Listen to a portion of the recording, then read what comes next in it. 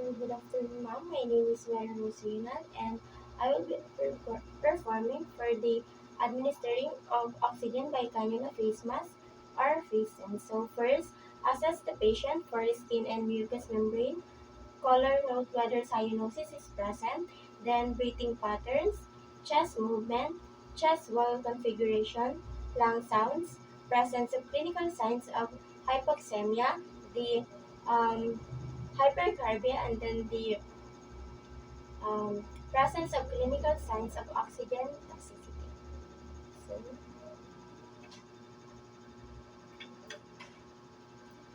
So, determine vital signs, especially the pulse rate and the respiratory rate of the patient.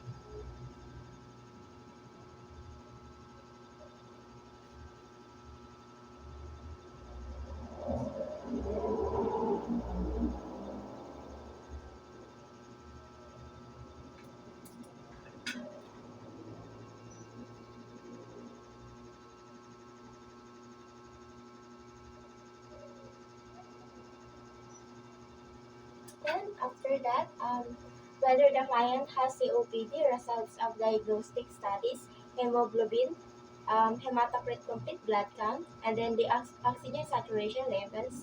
So, arterial blood gases if available, pulmonary function test if available.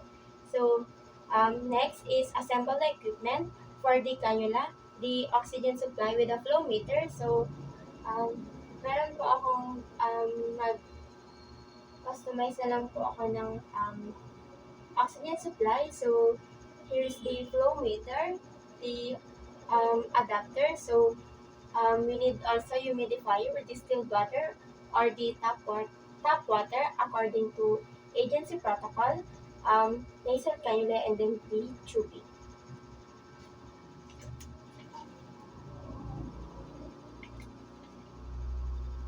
So, next is for the face mask. So, we also need the oxygen supply with a flow meter, um, and adapter, humidifier with distilled water or the tap water. Then, according to agency protocol, so prescribed face mask of the appropriate size padding for the elastic band.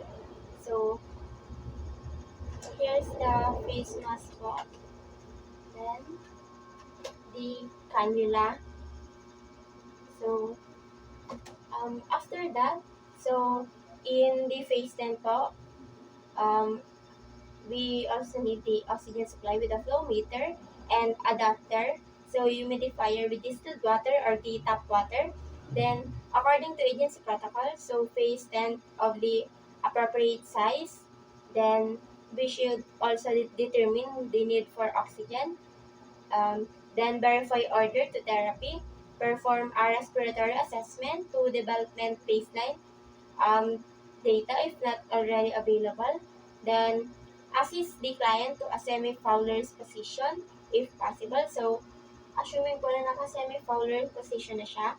So, explain that oxygen it is not dangerous when safety precautions are observed. Then inform the client and support the safety precautions connected with the oxygen use.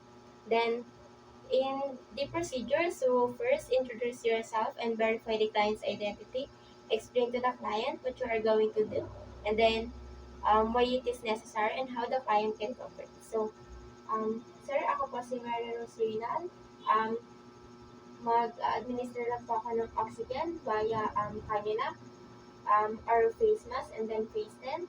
So, it can help po para mag-supply ng oxygen.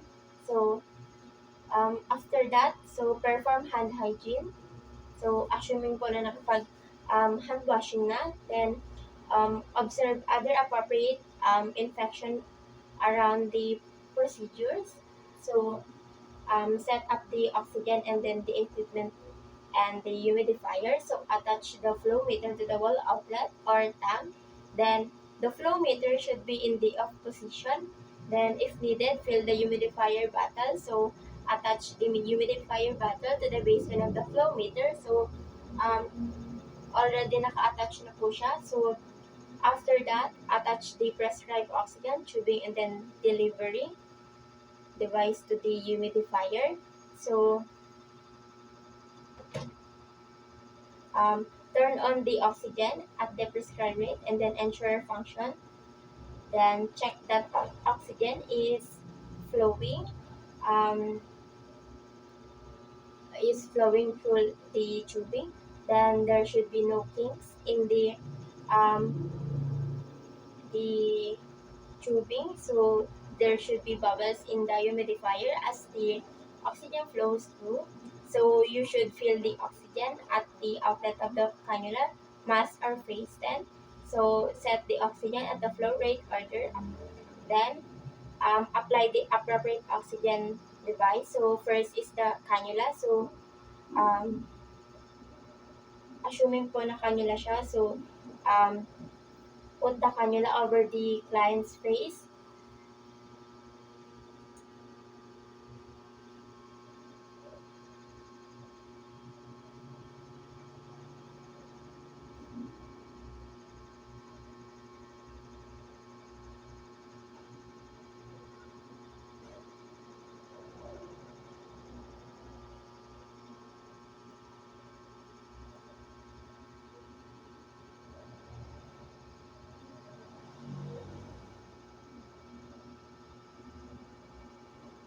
Then, secure if hindi po safe yung pagkakalagay ng tubing. So, we also need to use the tape into the patient face para po masecure yung tubing and hindi maalis. So, um, pada tubing over the ears and cheekbones as needed. So, in face mask po, same procedure lang din po. So,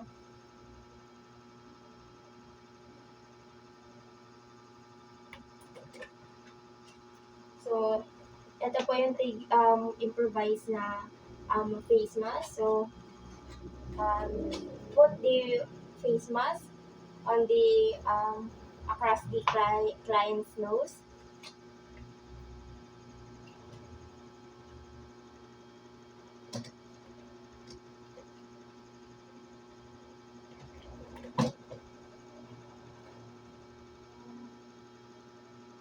Then, after that, sa face tent naman po, so, same procedure lang din po. So, assume na face tent din po siya.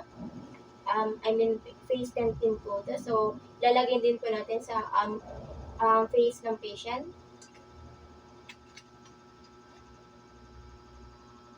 And then, we also need to secure the face tent with a tape in the side of the client's face. And then, after that, assess the client regularly. So, assess the client's vital signs, level of anxiety, color, and pace of respirations, and provide support when the client adjusts to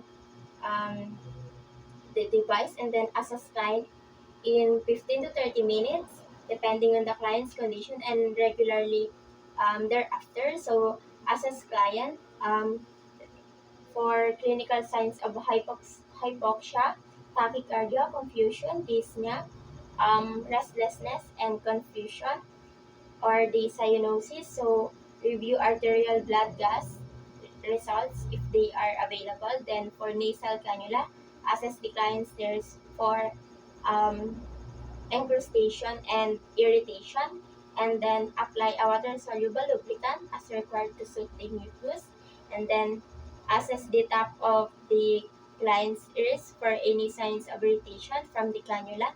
Then, if irritation is present, so we should need to use the gas pad to help relieve discomfort. Then, in face mask or the face tent, so inspect the facial skin frequently for dampness or chafing, and dry and treat it as needed. So, inspect the equipment on a regular basis. So, um, check the liter flow and the level of water in the humidifier in 30 minutes, and um, whenever providing care to the client. So, be sure that the water is not collecting independent of loops.